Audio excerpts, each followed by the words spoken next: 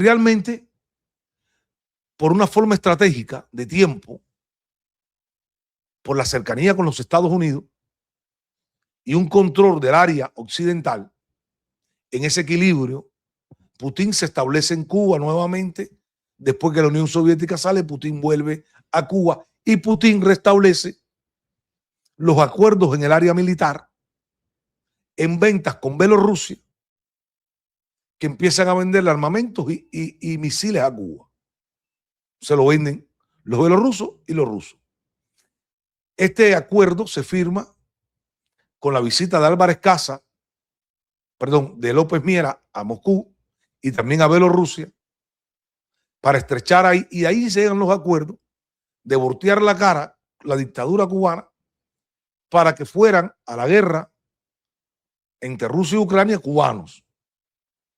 Y ahí, a partir de ahí fueron muchos cubanos, han ido muchos cubanos a la lucha contra los ucranianos, que están luchando contra los ucranianos. Batallones de cubanos están establecidos ahí. Y fíjense, no solamente lo que más va son de la reserva, que están ganando dinero. Lo digo porque tengo personas cercanas a mí en Cuba que han estado en esa guerra y me han hablado todo. Y me lo han dicho todo.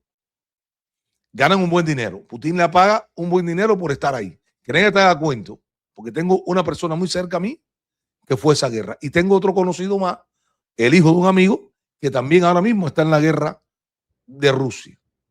Y cada día salen muchos más jóvenes cubanos a la guerra de Rusia como un método de ganar. Le pueden dar papel a la familia y todo, y un salve para la familia, como dice en el argot popular en Cuba. Pero Putin, Raúl Castro, yo vi bien claro, analizando el mapa político interno cubano, los movimientos de Raúl Castro, el movimiento de Alejandro Castro, y yo tengo una directa. Raúl le transfiere los poderes a Vladimir Putin. El soporte de Cuba es Vladimir Putin. Y esto lo sabe el propio presidente Donald Trump. Donald Trump sabe que Vladimir Putin está metido en Cuba. Y me imagino que Vladimir Putin se lo haya hecho saber también. Porque es el país más importante para Rusia en el área occidental. La Unión Fidel Castro pudo hacer con los soviéticos lo que no hizo ni Kim Jong-un, ni hizo Kim Il-sung cuando aquello, el Kim Il-sung, el abuelo, el creador de Corea del Norte, ni los propios vietnamitas, ni los propios chinos. Fíjense que en una reunión de Mao Zedong y Stalin en la Unión Soviética y posteriormente los otros dirigentes soviéticos, creo que fue Nikita Khrushchev, no quería pasar la fórmula de los cohetes nucleares a Rusia, a China, perdón. Y Mao Zedong dice, no fue si fue Brezhnev, Nikita Khrushchev, no me acuerdo cuál de los dos fue, que le dijo, nosotros vamos a defender a China como si fuera Rusia. Pero nunca los soviéticos querían pasarle la transferencia de cohetes nucleares a los chinos. Eso es importante también saberlo. Habían sus problemitas. Sin embargo, Fidel Castro influye tanto dentro de la Unión Soviética que Fidel Castro interviene en Angola y se mete en Angola no con el visto bueno de la Unión Soviética. No con el visto bueno de la Unión Soviética. Y obliga a Fidel Castro a la Unión Soviética, entonces, posteriormente, a comenzar una ayuda técnica y financiera. Pero obliga a la Unión Soviética a la guerra en Etiopía.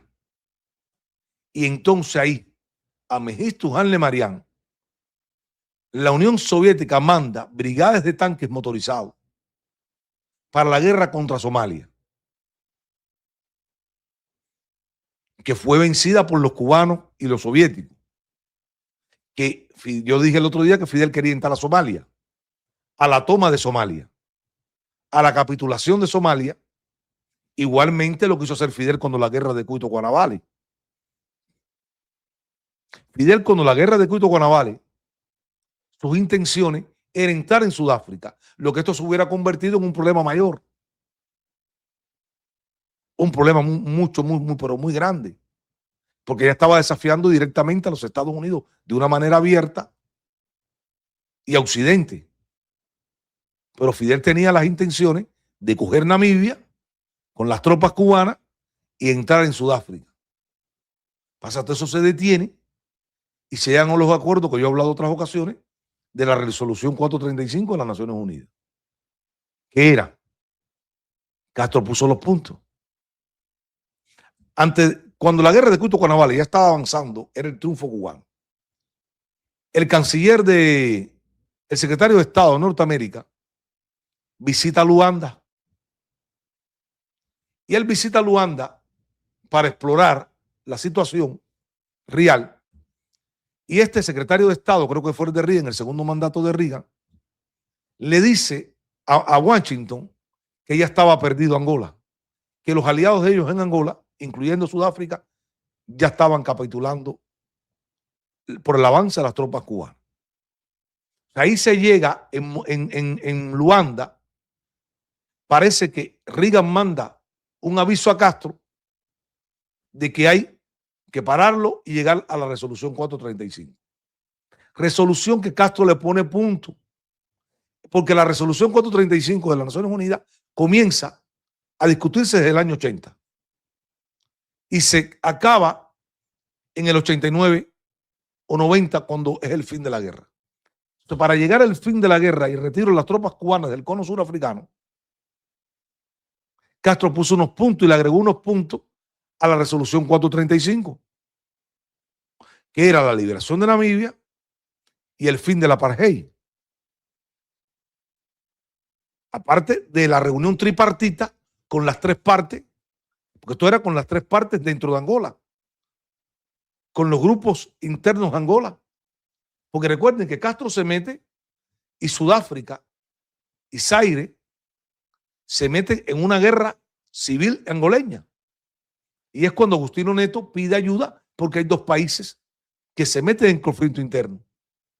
Y déjenme decirle, esto no es para tirarle un manto a los oficiales cubanos, pero los oficiales cubanos que llegaron a Luanda, los primeros, ya estaban al tomar Luanda los sudafricanos por el sur y por el este, las tropas de Roberts, el de, no me acuerdo su nombre bien, el de Zaire, por el este ya estaba tomado. Y las tropas cubanas llegaron, señores, y lo que no pensaron nunca los sudafricanos, el poder de fuego que había llegado con las tropas cubanas.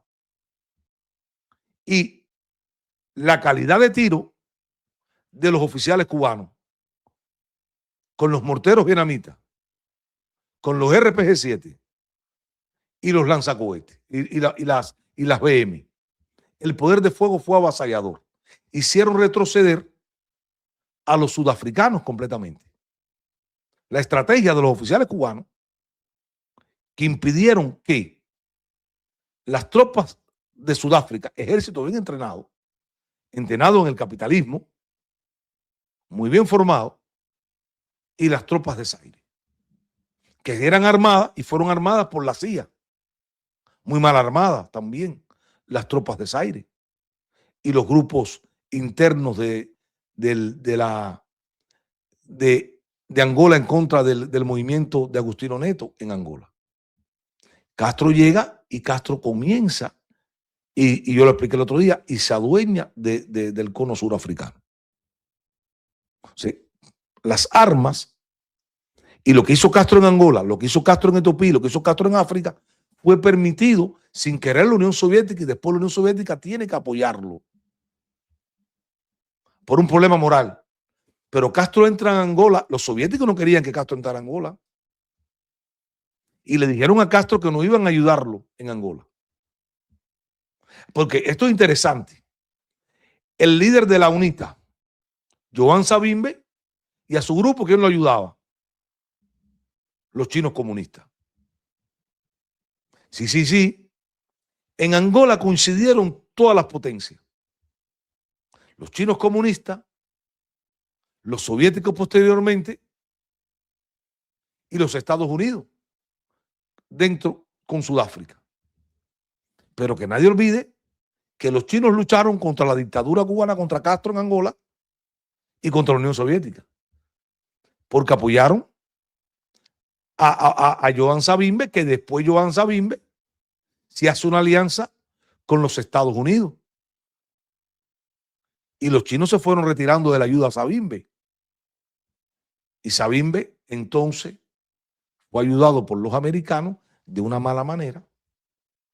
Y Castro le manda a un general. Savimbe siempre se le iba.